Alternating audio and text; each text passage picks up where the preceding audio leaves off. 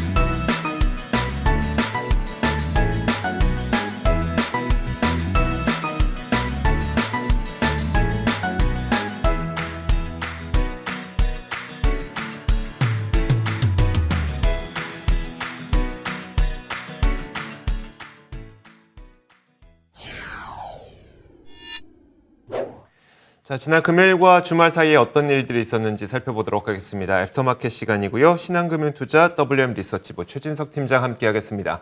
어서 오세요. 안녕하십니까. 네, 어서 오세요. 자, 첫 번째 키워드부터 한번 공개해 볼게요. 첫 번째 키워드는 바로 이겁니다. 자, 전쟁 말고 제재라고 하는 건데 이건 어떤 내용일까요?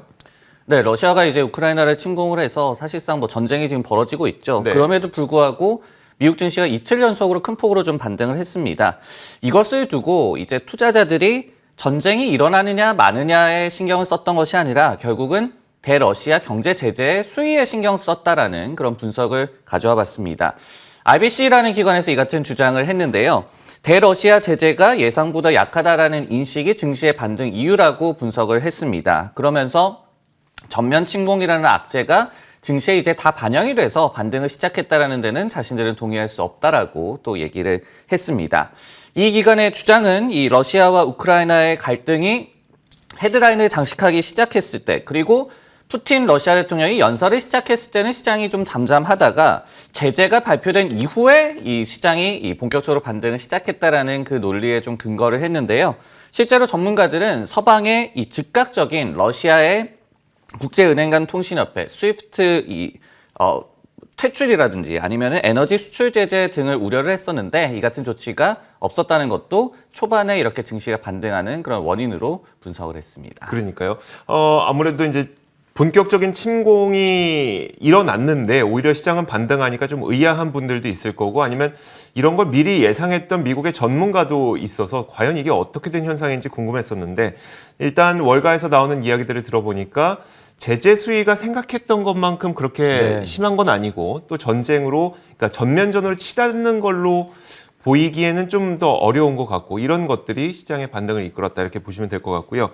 자, 이 밖에도 미국의 빠른 증시의 반등이 지정학적 긴장감을 고조해도 미국 경제는 괜찮다 이런 인식이 있기 때문이라는 해석도 있다고요? 네, 그렇습니다. 이제 지정학 이벤트가 사실은 증시 영향을 좀 일시적으로 줄 것이다라고 얘기하는 것 중에 이 하나, 그리고 또 침공에 이 시장에 들어가야 한다라고 주장하는 그 논리는 모두 다 이 같은 이벤트가 경기 침체를 불러일으키지는 않는다라는 데 기인을 합니다. 그렇기 때문에 이번에도 미국 경제는 그럼에도 불구하고 앞으로 튼튼할 것이다라는 인식 역시도 이 미국 증시가 좀 발빠르게 이 반등한 원인으로 분석이 되고 있는데요. CNBC에 따르면은 전문가들은 갈등이 인플레이션을 가중시킬 수는 있겠지만은 침체를 불러일으키지는 않을 것으로 예상하고 있다라고 보도를 했습니다. 실제로 이제 웰스파고 같은 경우에도 마일드한 이 스태그플레이션 우려가 있다. 그리고 성장이 다소 좀 둔화될 수는 있겠지만은 이것 때문에 경기 침체가 발생하지 않을 것이다라고 강조를 했고요. 캐피털 이코노믹스라는 기관에서도 핵심 영향은 뭐 전체적인 경기 침체보다는 유가라든지 천연가스 가격의 상승이라고 분석을 한 바도 있었습니다. 네, 알겠습니다. 자, 물론 계속 업데이트되는 상황과 그리고 그 상황에 따라서 시장의 변동성을 또 우리는 고려를 해봐야 되겠지만 아직까지는 일단 지금까지 나온 상황들은 그래도 시장에서는 우리가 예상했던 것만큼 큰 건 아니다라고 이제 받아들이면서 시장이 반등하고 있다는 분석입니다. 자, 이어서 다음 키워드 한번 보도록 하겠습니다. 다음 키워드는 바로 이겁니다. 자, 이래서 버핏 하는구나라는 키워드인데요. 워렌 버핏의 버크셔 해서웨이는 유독 특이하게 토요일에 실적을 발표하는데 지난주 토요일에 버크셔 해서웨이가 실적을 내놨습니다. 실적뿐만 아니라 사실 지난 1년간의 수익률을 보면 이래서 버핏 하는구나라는 걸 알 수 있게 됐는데요. 일단 첫 번째로 지난 1년 동안 이 워렌 버핏의 버크셔 해서웨이 수익률을 한번 보도록 하겠습니다. 그래픽으로 마련을 했는데 전 세계에서 난다긴다 하는 대기업들을 모아놓은 지수가 바로 S&P 500 지수 아니겠습니까? 그런데 S&P 500 지수가 지난 1년 동안 9.3% 상승하는 동안에 버크셔 해서웨이는 같은 기간 동안 23% 넘는 월등한 수익률을 기록했습니다. 그중에서도 최근 2개월 동안 금리 인상이다, 지정학적 리스크다 해서 S&P 500 기업들에 대한 대량의 매도세가 쏟아져 나오는데 오히려 버크셔 해서웨이는 시장 대비 훨씬 아웃퍼폼하는 모습을 보였습니다. 그 이유를 추정할 수 있는 게 여러 가지가 있겠지만 그 가운데 대표적인 게 바로 자사주 매입인데요. 지난 4분기에만 69억 달러의 자사주 매입을 했었고요. 그리고 지난 1년 동안 270억 달러 규모의 자사주를 매입함으로써 사상 최대 규모의 자사주 매입을 작년 한 해 동안 단행을 했습니다. 그러면서도 여전히 막대한 현금이 남아있죠. 1,467억 2천만 달러 정도의 현금이 남아 있습니다. 또 이번에 눈에 띄었던 것은 투자자 서한을 통해서 버크셔 해서웨이 가치를 상승시킨 4개의 거인이 있었다고 이 워렌 버핏이 직접 서한을 통해 밝혔는데 첫 번째 거인은 100% 자회사로 보유하고 있는 보험 기업들을 언급했습니다. 그리고 두 번째 거인으로 꼽은 게 바로 애플이었고요. 애플이 지불하는 배당금이 버크셔 해서웨이의 수익으로 잡히는데 그 규모는 7억 8,500만 달러. 하지만 애플이 작년에 벌어들였던 수익 가운데 이 버크셔 해서웨이의 지분 비율대로 따져보자면 애플이 벌어들인 돈이 56억 달러이기 때문에 그리고 그 돈을 대부분 애플의 자사주 매입으로 사용했기 때문에 여기에 대해서 박수를 보낸다고 적었습니다. 철도 자회사인 B&SF를 세 번째 거인으로 또 유틸리티 자회사인 BHE를 네 번째 거인으로 언급했는데 특히 BHE의 경우에는 작년에만 40억 달러 정도의 돈을 벌어들여서 첫 번째 인수가 시작됐던 2000년에 비해서 30배 이상의 수익이 늘었다고 설명을 했습니다. 자, 이렇게 버크셔 해서웨이의 실적 발표와 함께 왜 이렇게 어려운 상황에서도 아웃퍼폼할 수 있었는지를 살펴봤는데 자, 이번 버크셔 해서웨이의 실적 발표가 또 투자자들에게 주는 의미가 무엇일까요? 네, 저도 이번에 이제 내용을 좀 살펴보면서 생각을 좀 많이 해봤어요. 네. 어떤 우리한테 교훈을 주냐, 의미를 주냐, 한 두 가지 정도로 꼽아볼 수가 있을 것 같습니다. 첫 번째는 워렌 버핏이 이번에도 이제 뚝심을 보여줘서 성과가 괜찮았다. 이 서한을 보면요, 자신들의 투자 철학, investment will이라고 이렇게 표현을 했는데 철학에 대해서 편안하게 느끼는 사람이 평균적으로 계속 바뀌는 이 헤드라인이라든지 아니면은 수다, 사람들이 얘기하는 그런 게 되겠죠. 그리고 이제 공허한 약속에 동요하는 사람보다 성과가 높다라고 얘기를 했습니다. 그러니까 자신의 투자 철칙에 계속해서 좀 고수를 하고 밀고 나가는 것이 결국은 좋은 성과를 불러일으켜 준다라는 언급을 직접 했고요. 그리고 이제 실제로 13F, 그러니까 이 펀드들의 포트폴리오 변화 동향을 보더라도 지난 분기에 이제 버크셔 해서웨이도 물론 이제 액티비전 블리자드를 MS가 인수하기 전에 절묘하게 사면서 좀 공격적인 배팅을 보여주기도 했습니다. 하지만은 회전율, 그러니까 이 종목들을 돌리는 그 비율이 10%대 초반으로 굉장히 낮습니다. 그러니까 자신들이 이제 찍은 그 종목에 대해서는 굉장히 뚝심 있게 밀고 간다라고 생각이 들고요. 두 번째는 이제 버크셔 해서웨이가 주주들을 굉장히 많이 생각을 해준다는 얘기가 되겠죠. 버핏이 이번에 이런 얘기를 했습니다. 역시 레터를 통해서 과거에 비해서 좋은 딜 기회가 굉장히 제한적이다. 그러니까 지분을 인수할 만한 기업들이 잘 보이지 않는다라고 얘기를 했죠. 그런데 이렇게 제한적이라고 한다면은 주주 환원을 위해서 뭘 하겠느냐. 그래서 자사주 매입을 계속해서 좀 공격적으로 하고 있죠. 이런 부분들이 이제 또 우리가 살펴볼 수 있는 뭐 교훈이다, 의미다라고 생각을 해볼 수가 있을 것 같고요. 다만 이제 앞으로를 생각을 좀 해봤을 때 버크셔도 인플레이션이라든지 비용 증가의 악재는 좀 맞고 있는 것 같습니다. 이번에도 언급도 있었고요. 그리고 2021년을 통틀어 보더라도 영업비용이 5.5% 전년 대비해서 증가를 했어요. 근데 2020년에는 2.5% 증가했기 때문에 이런 비용 문제를 또 앞으로 어떻게 해결하는지가 버크셔의 또 관건이다. 이렇게도 볼 수가 있겠습니다. 네, 알겠습니다. 참 그 멘트가 마음에 와닿네요. 우리의 투자 철학이 편한 사람은 평균적으로 계속 바뀌는 헤드라인, 수다, 공헌, 약속에 동요하는 사람보다 투자의 성과가 높다. 저희도 좀 이런 말에 좀 가슴 깊이 담고 투자를 해야 될 것 같습니다. 자, 이어서 다음 키워드 한번 보겠습니다. 다음 키워드는 바로 이겁니다. 엔비디아도 당했다라는 건데 저도 이 뉴스 봤는데요. 엔비디아가 사이버 공격을 당한 것으로 추정된다는 그런 뉴스가 있었어요. 네, 지난 이제 금요일에 텔레그래프에서 보도한 내용인데요. 이틀간의 이메일과 그리고 개발자 툴이 좀 먹통을 했다라고 또 보도를 했습니다. 사측에서도 이제 잠재적인 사이버 공격 이 가능성에 대해서 조사를 하고 있다라고 인정을 했거든요. 다만 사업이라든지 아니면은 상업적 활동에는 계속 지장이 없다고 또 설명을 하기도 했습니다. 이번 내부망 먹통 사태가 이 러시아의 우크라이나 침공과 관련이 있는지는 아직까지는 불확실하다라고 시킹알파에서는 또 보도를 하기도 했습니다.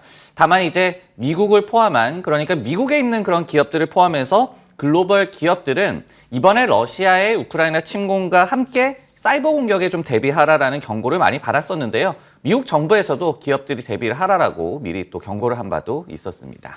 안 그래도 요즘에 보니까 사이버 보안 관련주들의 관심이 굉장히 높은 것 같더라고요. 지정학적 리스크가 고조되면서 사이버 보안에 대한 관심도 커지고 있는 것 같은데 이런 상황에서 수혜를 받을 수 있는 기업들이 좀 언급되고 있을 것 같아요. 네, 실제로 이제 우크라이나의 은행이라든지 또 뭐 정부 시스템, 은행 시스템 이런 것들이 사이버 공격을 받는 사례가 많았고요. 그리고 이제 또 한 가지 사이버 보안주에 대한 관심이 좀 많아진 계기가 팔로알토 네트워크스, 사이버 보안 기업의 실적 호조였습니다.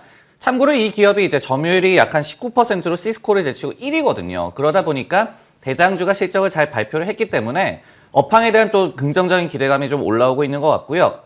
수혜주와 관련해서는 니덤 증권에서는 상황 전개를 예측하기는 좀 어려우나 더욱더 적대적으로 상황이 변할 것이다. 그렇기 때문에 사이버 공간도 좀 적대적인 그런 전개의 한 부분이 될 것이다라고 얘기를 하면서 크라우드 스트라이크라든지 센티넬1 등의 기업을 제시를 했습니다. 그리고 이제 에버코어에서도 지금 사이버 보안과 관련한 전문가들이 굉장히 좀 부족한 상황이다. 그렇기 때문에 관련된 제품도 수요가 굉장히 많이 늘어날 것이다라고 얘기를 했고요. 그러면서 팔로알토를 비롯해서 포티넷이라든지 시스코 그리고 클라우드 플레어 등을 수혜주로 지금 제시를 하고 있습니다. 그러니까요. 요즘에 그 사이버 보안과 관련돼서 우려가 많다는 그런 그 전문가들의 말도 많다 보니까 사이버 보안 관련주들 굉장히 요즘에 큰 관심을 받고 있습니다. 자, 이어서 다음 키워드 보겠습니다. 다음 키워드는 바로 이겁니다.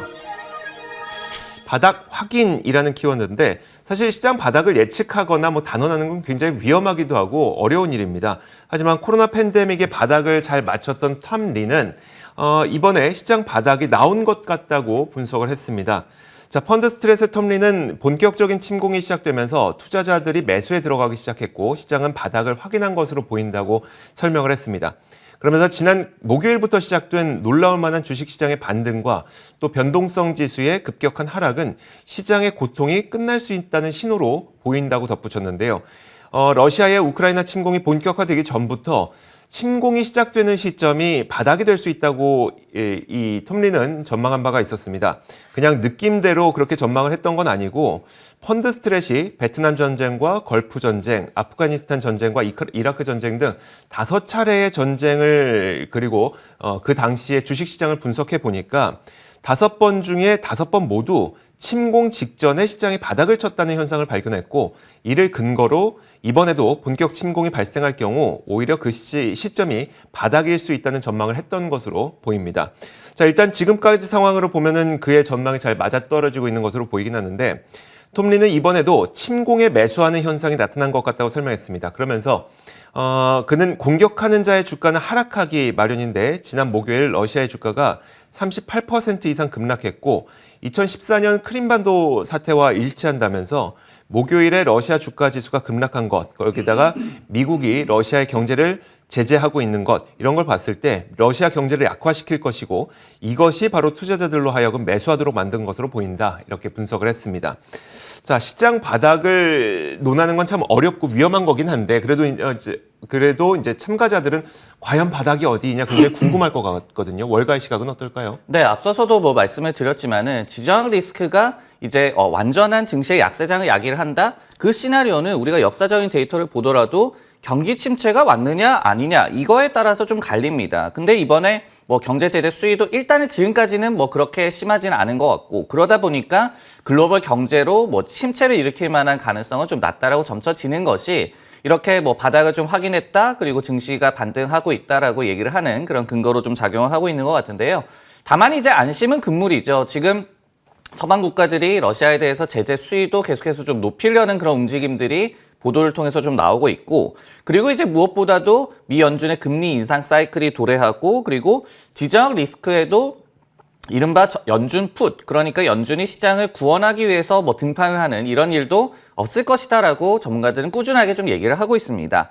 관련해서 이제 실제로 뱅크 오브 아메리카 같은 기관에서는 반등 시 오히려 매도를 해야 한다라고 좀 강조를 하고 있는데요. 그러면서 중앙은행 지원 등으로 대표되던 강세장 시대가 끝나고 정부 개입 그리고 사회적 정치적 양극화, 실물 경제 인플레이션 등으로 대표되는 약세장 시대가 온다라고 얘기를 하고 있어요. 그래서 이렇게 정반대로 지금 반등이 또 왔을 때 시장에서 좀 빠져나가라고 얘기하는 기관도 있다는 점도 체크하시면 좋을 것 같습니다. 뱅크 오브 아메리카가 모든 뭐 그 글로벌 IB들의 의견을 대변하는 건 아니지만 일단 뱅크 오브 아메리카의 의견을 보면은 진정학적 리스크와 상관없이 지금 시장은 또 하락할 수 있다는 전망을 내놓고 있는 거네요.